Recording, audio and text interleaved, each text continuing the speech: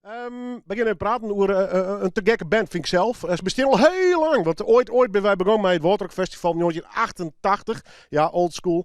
En de allereerste band die het ooit speelde was Restless. En die binnen mij wat tussenpozen gewoon weer hartstikke actief. Sterker, dat je hem Noorderwien wordt vaker op de radio luisteren. Dan hij hem daar een Friestalig nummer in tussen van jet. Juert als juster. Ik maak er net maar vergelijking, maar het zit een beetje in de sfeer van Maiden en dat soort bands. Nou, is rock, metal en een mooie mix. 12 van de leden had je, want er komt een mooie clip aan. Die is al clear trouwens. Jan Siebe, Hans, mooi dat hem er binnen. Welkom. Goedemiddag. Ja, midje. Hoe vaak wil je hem nog een Waterrock herinneren? Elke keer als ik in ieder geval ergens in een hard rock festival binnen bij bekendere bands, dan herkennen ze je wel, ja? Ja, hè? Ja. Wat wist er zelf nog van trouwens? Ja, wat ik er zelf nog van, dat het, wij zijn hier niet jong en onervaren nog wat dat betreft. En wat ik er nog van vind, het gaat heel snel voorbij, te snel. Ja. Maar voor het eerst het publiek. Hè? Ja. Ja, ik Ja. ja. En net weten dat we 30, 40 jaar later zitten zo dat weer hetzelfde podium als Slayer en Iron Maiden, hè? Ja. Dat is wonderlijk, nog? Ja, dat kist volop in cv's zetten. Dat zit worstoer Ja, natuurlijk. dat had wel iets, hè? Ja, dat had wel iets, ja. Wanneer ben je een beetje op nij begonnen met de band? Of want je bent net constant met trok in, hè? Nee, we gaan nog een reunie aan, want onze originele zanger, Hans is pas er een jaar of 4 bij, denk ik. Ja, een zo. groentje, hè? Je jongen nog. Ja, Dus, ja. Ja, maar toen hebben we nog ergens in 2006, denk ik, hebben we een reunie in. En dat is een groep metal freaks, Heavy Metal Maniacs, heet die groep. Die meesten die leven nog steeds deze tijd, als wij in de 80 jaren erbij ran. Streepjebroeken aan, speakerhesjes. Spiekerjekjes. En toen gaan we een reunie in. En toen ben ik op verzamel-cd kwam. En daarna hebben we wel eens af en toe eens een optreden in. En ja, dan zoek ik daar even aan. Toen werd ik door daar bellen om reunie te doen van Waterrock bij het 4 mei viering. 3, 4 hier waarom? Wat was de 18 op dit cultureel hier? Maar maar snijden hoe snel het hier gaat. Uit Geert Radio. En toen moesten we op zoek naar een zanger. Ja. En Hans hier in onze vriendengroep. En Hans die is wat later begonnen met actieve muziekmeidjes als jong. En dat was een goede stand-in. Misschien nog wel zelfs een betere stand-in dan de oudzanger. Ja. Ja, goed, en dan ben je hier verder. En dan komt toe, volgens mij, op het idee om een Friestalig nummer te doen. Of is dat onderling gebeurt, hoe hij dat eigenlijk horen? Nou, het is zo dat ik maakte wel Friese teksten. En ik dacht, nou, misschien moet ik iets doen. Ik hier wel wat lezen. En toen ben ik bij elkaar kwam, ik zei, misschien kunnen we iets doen in het Fries. En we waren al met een nummer bezig. En toen is er eigenlijk die enthousiast uitrollen. Ja, bij een bijzonder verhaal, hè? Kun je het nog eens uitlezen? Ja, het gaat over dementie. Het gaat over een vrouw en een man. En waarvan de vrouw dementerend is. Ik ga in de zorg werken. Dat is eigenlijk de reden dat ik... hoe zei je dat? Dat speelt een rol in je leven. Ja, Dus. precies. Ja. En dat is dus de inspiratie geweest om dat nummer helemaal te schreeuwen. Dus.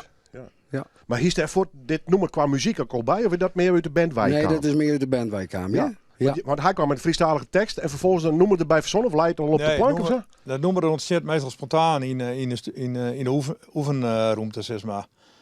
Ja, zo'n beetje wij al jaren muziek. In mijn holle zitten altijd melodielijntjes en dat. En dan ben je aan het prielen op de gitaar of op die basgitaar. En dan vullen we kwam eraan. De drummer die slaat de maat bij wie ze spreken. Ja, klinkt heel eenvoudig, maar... En de gitarist... Ik doe je hem net nee, hè? Nee, en de gitarist die begint te spelen. En dan begint ze te arrangeren. Ze zegt, hey, wat is daar dos? Wat staat dan daar dos? Ja, toen is dat nummer, dat had vorm gekregen. En toen kwam Hans met de tekst. Ja. En dan zit er natuurlijk compleet refrein en niet meer op. Alle clichés dat in een hardrock nummer, maar hele lange janksolo's en een intro direct mee. En dat hebben we dus nou absoluut net van maken. Want Hans had ik een connectie met Peter van der Ploeg, wel bekend van de Kast. En die voelde dat nummer positief op. En vooral de melodielijnen, denk ik. En eigen wie is dat ik ben, ik denk als hij het leuk vindt, dan maar wij er iets leuks voor mij kennen. Iets commerciëler. En de tekst verzin dat ik de aandacht die het ham uiteindelijk. Hè. Want het is natuurlijk wel een alledaags probleem. Ja, en en, in elke en zin een groeiend komt het voor. probleem, hè? Dus dat wil ik wel. Ja. Absoluut. En toen had Niels Linkbeek van de Master Sound Studio uit Greenslaan, die had het arrangeerd en produced. En die had het glad maken, zeg maar. Ja, heel simpel, maar commercieel maken. Du hast het al vaker gehad. Hè? Dus ja, het is net des restless van de 80 jaren. Maar de gitaarsound hebben we toch geprobeerd te bewaren. Ja, en de keyboardpartijtjes eronder. Dat is wel heel erg ethisch, hè? Nou, Joske, zeg maar. Ja, maar het klinkt heel wat nou en ik ben het is een mooie mix van de ethisch. Goed, dan is het noemer er. Je kent mij door een Friese top 100, hè? Ja, wees. Bleksem. Ja, wees. Stemmen. Mooi. Dat zou wel zijn. Ja, stemmen al eerst. Ja, ik maak hier reclame, maar je moet zonder op stemmen kennen bij deze wrestlers. Stemmen op het listje of net? Ja. Hartstikke mooi. Goed, Dus, de reden dat je moet nu hebben we hadden er op de radio even 1 uur Oudien. We hebben al een paar keer gedraaid. Is dat er een clip maken is. Wat voor clip hij maken, jongens? Nou, het is een clip dat gaat over dementie. Nou ja, we hinten hoe mij zijn al van nou, wat zo'n mooie locatie wezen. Nou, en daar is de Doolhof in Bakkerveen is eruit kwam. Een beetje als symbool voor... Juist, precies. Daar is de paard kwijt. En nou, zo doen we. En toen dacht ik van, ik moet misschien maar een meesterziekje, een paar steltjes in verschillende levensfasen. En die er toch in letten. En van een jong stel tot een middle-aged stel en tot een ouder stel. Nou, hij is klaar. Hij staat er online. Ja. We laten er een stuk van jaren. En meestal kunnen hem in zijn volledig iets zien op YouTube, neem ik hoor. Ja, op YouTube. Ja. Er staan 2 versies op. Spotify doet ik altijd automatische versie. Daar moet ze eigenlijk net op klikken. Er is een tekstversie. Ja. Een soort tekstclip. Maar de videoclip wordt te herkennen. Dan begint mij de thumbnail, nemen ze dat. Engels wordt moeilijk voor deze Fries. Maar daar zit de band dan op afbeeld. Maar ja, en er zit een stukje informatie over wat dus behelst staat om het nummer te scrollen. Ja, ik zou zeggen, het is het Jim en het is hartstikke een mooie clip, Jan. Ja. De band komt zo nou dan. Ik even niet Dolaf voorbij. Ja. Mooi. Top man. Goed. Nogmaals, je kan erop stemmen. Friske Top 100. Restless. Dat is een Engelse naam.